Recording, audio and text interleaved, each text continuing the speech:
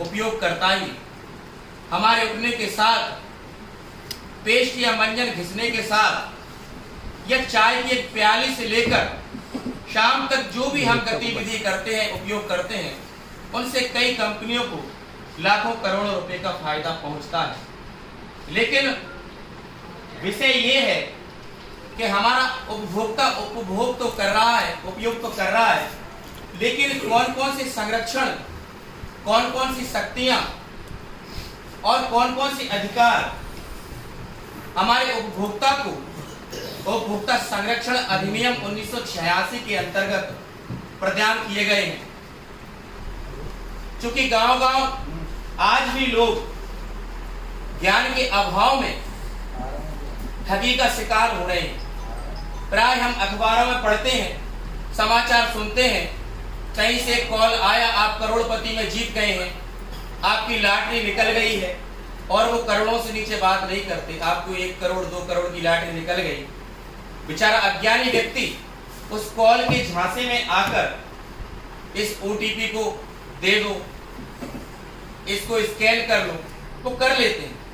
क्योंकि हर व्यक्ति आज सोशल मीडिया का या मोबाइल का उपयोग कर रहा है, और उसी के कारण लोग साइबर ठगी के भी शिकार हो रहे हैं। ये सब जानकारी के अभाव में हो रहा है, और ऐसा नहीं है कि इस ठगी का शिकार कोई अनपढ़ या अनभिज्ञ व्यक्ति होता हो।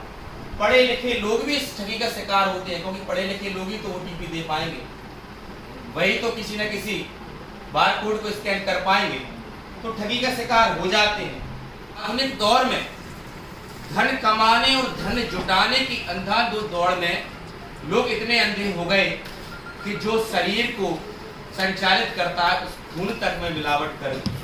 हम पेपरों में समाचार न्यूज चैनलों पर देखते हैं, भर्तृहरि जी ने संस्कृत में लिखा था, यशांति वित्तम सानरः कुलीन पंडित सच श्रुतवान गुणज्ञः श एव वक्ता सच दर्शनीय सर्वे गुणा कांश नमो श्रवयन्ति। कि इस आधुनिक दौर में इस पैसे कमाने और जुटाने की अंधाधुंध दौड़ में व्यक्ति इतना अंधा हो जाएगा कि जिसके पास धन होगा वही दर्शन करने योग्य, वही वक्ता, वही मिलने योग्य, वही सम्मान करने योग्य होगा, और जिसके पास धन नहीं होगा वो सम्मानीय नहीं होगा। आज इस दौड़ में लोग भाग रहे हैं, और उसी के कारण उपयोग करने वाली वस्तुओं में मिलावट हो रही है।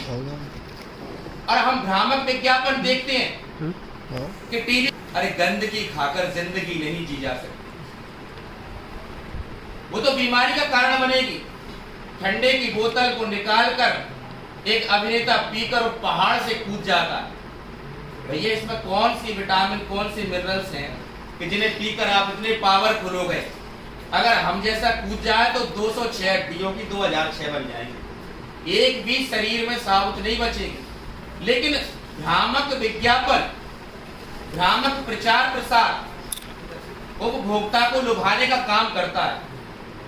और दुकानदारों के पास हम जाते हैं तो हमें एस्टीमेट नाम का बिल थमा दिया जाता है, उस पर लिखा होता है एस्टीमेट। हम उसको कहीं लगा नहीं सकते। उपभोक्ता को अधिकार दिलाने के लिए उपभोक्ता फोरम की स्थापना हर जिले में है। हमारे मध्य में विराजमान है, मैडम भी विराजमान है जो उनकी माननीय सदस्य हैं। उपभोक्ता फोरम जब न्याय दिला पाएगा तब आपके पास पक्का बिल होगा।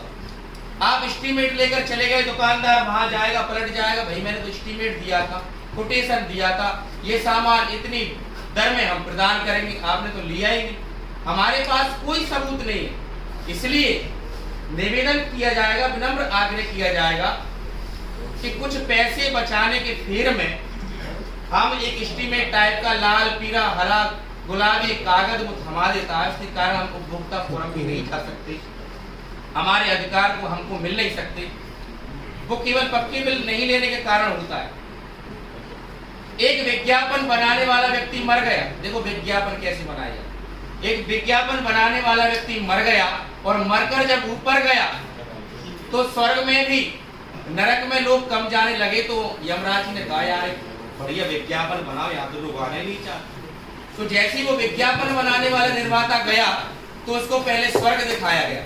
स्वर्ग में बढ़िया ऋषि मुनि हवन पूजन यज्ञ भजन पूजन वंदन अभिनंदन कर रहे थे।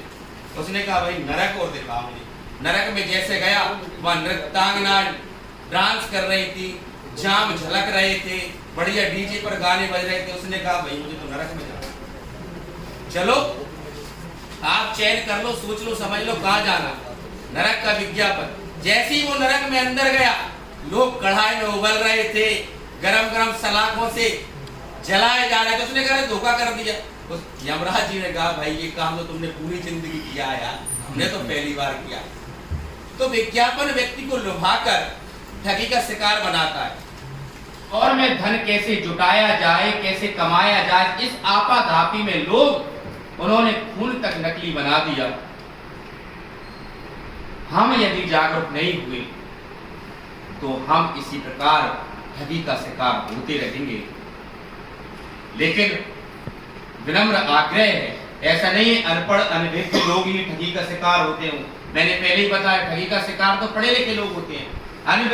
अनभिज्ञ अनपढ़ व्यक्ति को क्या पता ओटीपी कैसे देनी है, उसको क्या पता।